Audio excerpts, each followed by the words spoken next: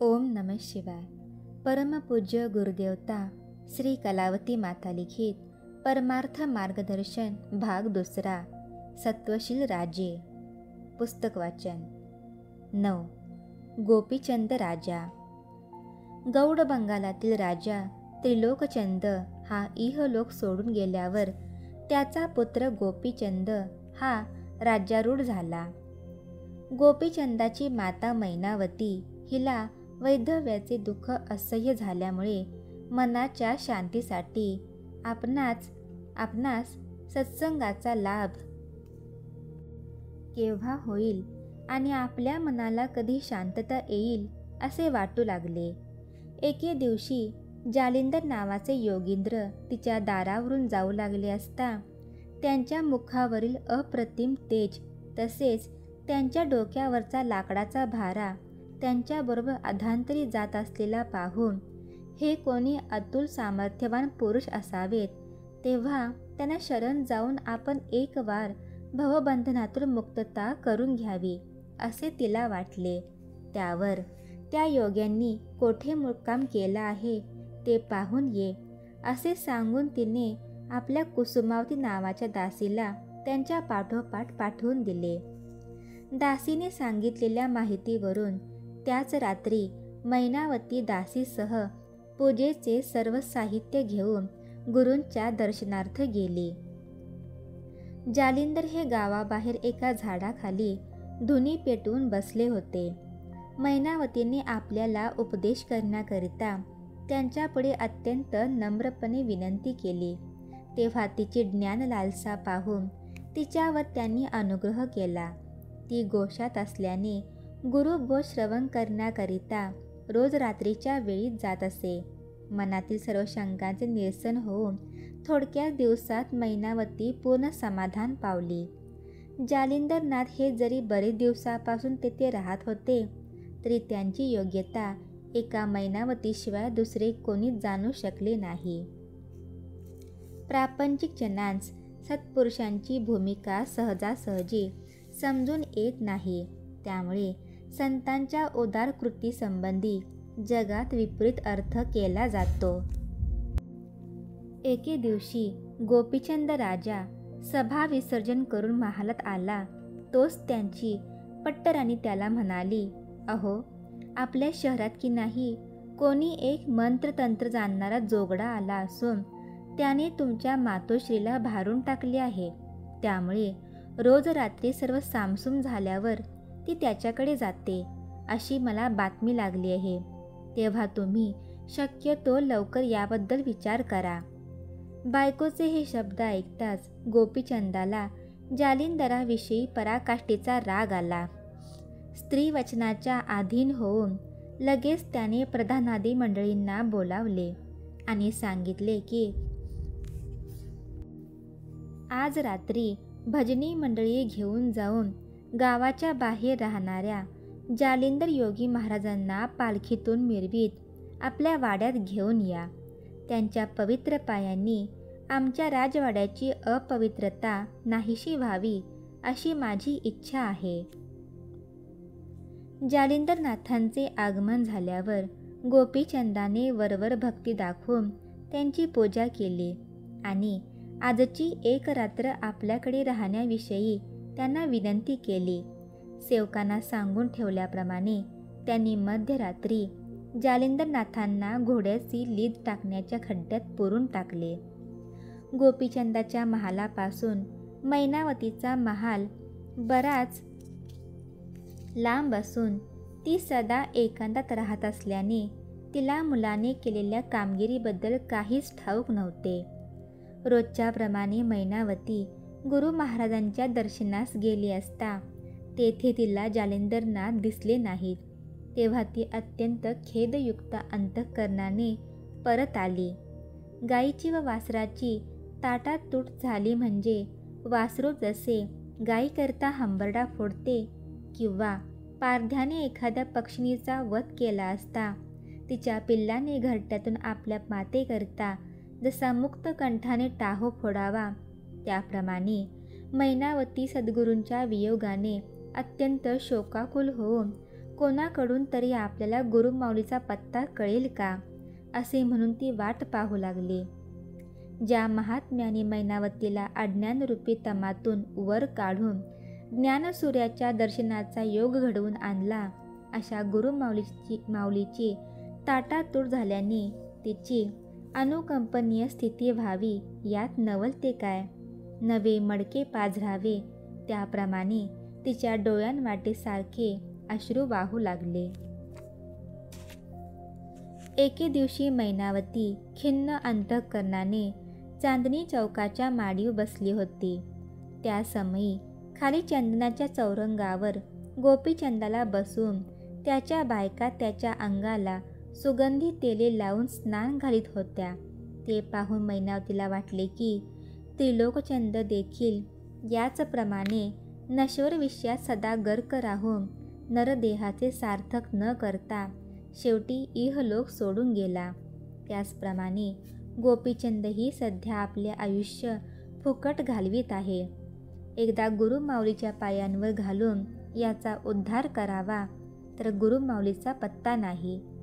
इतक्यात अंग पुसत असलेल्या गोपीचंदाच्या अंगावर मैनावतीच्या डोळ्यातील पाण्याचा थेंब पडला. त्याने वर पाहिले तेव्हा त्याला आपली आई रडत आहे असे दिसले. त्या क्षणी तो माडीवर गेला आणि त्याने मातोश्रीस वंदन करून खेदाचे कारण विचारले. तेव्हा ती म्हणाली, गोपीचंदा, माझे दुःख काय सांगू तुला. सदा ब्रह्मानंदात तल्लीन असणारा, विषयांना तृणवत मानणारा, संसाररूपी अरण्यात मार्ग चुकून जन्ममरण्याच्या चक्रात असंख्य कळपांचे कळप एरझारा घालणाऱ्या आमच्यासारख्या पापी जीवांना कृपादृष्टीने पावन करणारा असा माझा देव आपल्या राज्यातून एकाएकी नाहीसा झाला, याबद्दल मला फार दुःख होत आहे. असे बोलत असता तिने गोपीचंदाच्या चेहऱ्याकडे पाहिले. तेव्हा तिला त्याचा चेहरा काळा ठिक्कर पडलेला दिसला. मातोश्रीला आपण केलेली गोष्ट कळली असावी या भीतीने तो थरथर कापू लागला. ते पाहून गोपीचंदाच्या कपट कृत्याबद्दल मैनावतीची पूर्ण खात्री झाली. ती म्हणाली, गोपीचंदा, फार दिवसापासून तुझी ही अधम कृती माझ्या कानावर आली होती. तरी पण तू अशा प्रकारचे काम करण्याचे धाडस करशील असे मला वाटले नव्हते. परंतु मनुष्य अविचाराच्या तावडीत सापडला तर काय करणार नाही. काय रे, तू गुरु महाराजांना आमच्या वाड्यात आणून पूजा केलीस आणि त्या दिवसापासून ते आमच्या शहरातून नाहीसे झाले. ही गोष्ट खरी आहे का. तेव्हा त्याने मानेनेच आपली चूक कबूल केली व तो तसाच आपल्या महालात निघून गेला. कृतकर्माबद्दल खरोखर पश्चाताप झाल्यामुळे त्याला अत्यंत आवडत्या बायकोचे गोड बोलणेही कडू लागू लागले. आज बायकांच्या अधीन होऊन आपण अशा दुष्कर्मास प्रवृत्त झालो. आता या पापाचे निवारण कसे होणार, अशी त्याच्या मनाला तळमळ लागून राहिली. इतक्यात जालिंदरनाथांचे पट्ट शिष्य कानिफनाथ हे गुरु आज्ञेप्रमाणे 12 वर्षांची तपश्चर्या संपवून सद्गुरूंच्या शोधार्थ जे फिरत होते ते गोपीचंदाच्या राज्यात आले. जालिंदरनाथांना आपल्या राज्यातून नाहीसे केल्यापासून साधू, संत, बावा, बैरागी यांना आपल्या राज्यात येऊ देऊ नये असा गोपीचंदाने बंदोबस्त ठेवला होता. कानिफनाथांना पाहता क्षणी गावातील लोकांनी त्यांना वरील सूचना केली. काहींनी गोपीचंदाच्या गुप्त कृतीची जाणीव करून दिली.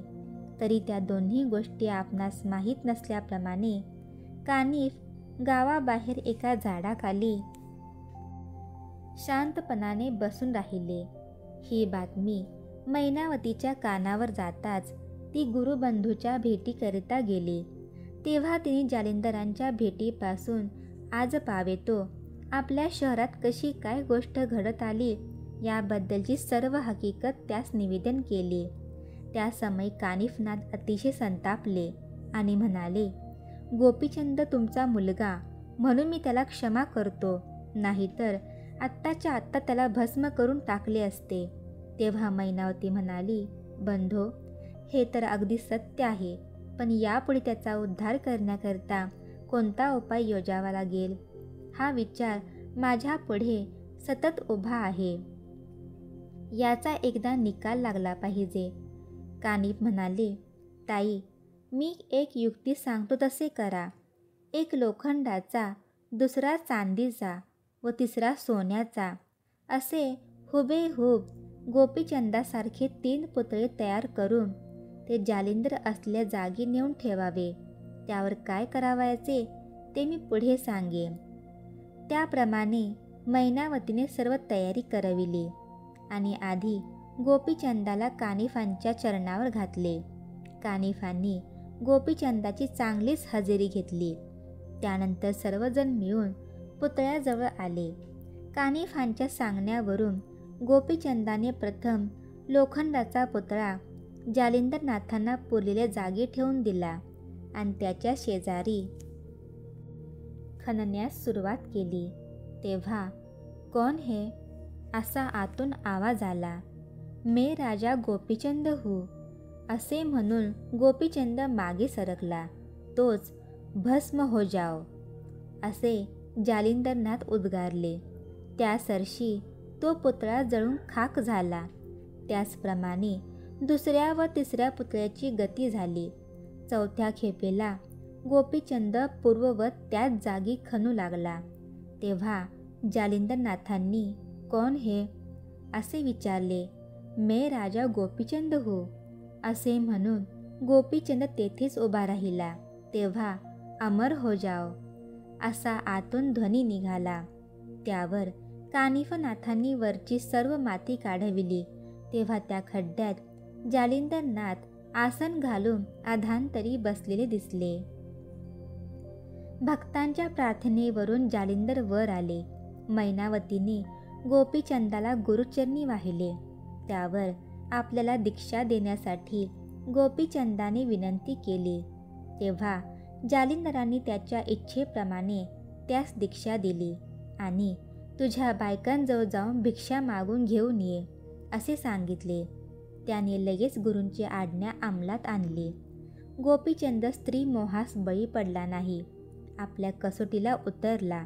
म्हणून त्यांनी गोपीचंदावर कृपा केली. तुरटी जशी राड पाण्याला स्वच्छ करते, त्याप्रमाणे माणूस कितीही दुराचारी विषयासक्त असला तरी संत त्यास योग्य मार्गावर आणून पवित्र बनवितात. श्री सद्गुरुनाथ महाराज की जय.